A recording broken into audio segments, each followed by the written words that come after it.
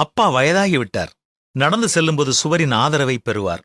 இதன் விளைவாக அவர் தொட்ட இடமெல்லாம் சுவர்கள் நிறமாற்றம் அடைந்து சுவர்களில் அவருடைய கைரேகைகள் பதிந்தன. என் மனைவி இதை கண்டுபிடித்து அழுக்காக தெரிந்த சுவர்களைப் பற்றி அடிக்கடி புகார் கூறிக்கொண்டே இருந்தார். ஒரு நாள் அவருக்கு தலைவலி இருந்ததால் அவர் தலையில் சிறிது எண்ணெய் தடவினார். அதனால் நடந்து செல்லும்போது சுவர்களில் எண்ணெய் கரைகள் உருவாகின.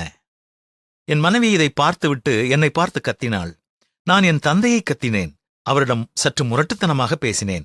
நடக்கும் பொழுது சுவர்களை தொட வேண்டாம் என்று அறிவுறுத்தினேன். அவர் காயமடைந்ததாக எனக்கு தோன்றியது. என் நடத்தையை பார்த்து நானும் வெட்கப்பட்டேன். ஆனால் அவரிடம் எதுவும் சொல்லவில்லை. அப்பா நடந்து செல்லும்போது சுவரை பிடிப்பதை நிறுத்தினார். ஒரு நாள் கீழே விழுந்து விட்டார். அவர் படுக்கையில் விழுந்து சிறிது நேரத்தில் எங்களை விட்டு மறைந்து விட்டார். என் மனதில் ஒரு குற்ற உணர்வு ஏற்பட்டது. சிறிது நேரத்திற்கு பிறகு எங்கள் வீட்டிற்கு வண்ணம் தீட்ட விரும்பினோம். வேலையாட்கள் வந்தபோது தன்னுடைய தாத்தாவை மிகவும் நேசித்த என்னுடைய மகன் தந்தையின் கைரேகைகளை சுத்தம் செய்து அந்த பகுதிகளில் வண்ணம் பூச அனுமதிக்கவில்லை.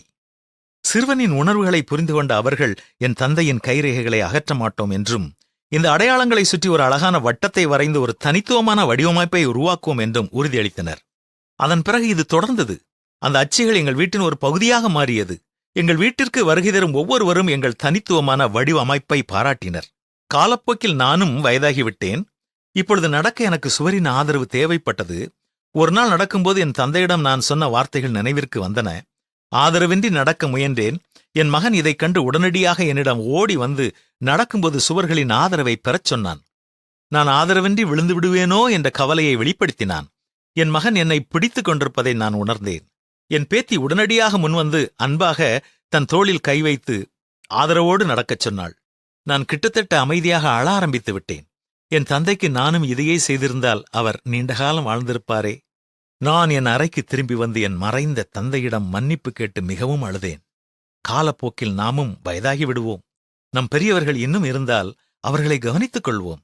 நம் முன்மாதிரியின் மூலம் நம் குழந்தைகளுக்கும் அதையே செய்ய கற்றுக் கொடுப்போம். பூமியில் உன் வாழ்நாள் நீடித்திருப்பதற்கு உன் தகப்பனையும் உன் தாயையும் கனம் பண்ணுவாயாக என்பதே வாக்குத்தத்தமுள்ள முதலாவது கட்டளை. என்ன, பின்பற்றுவோமா?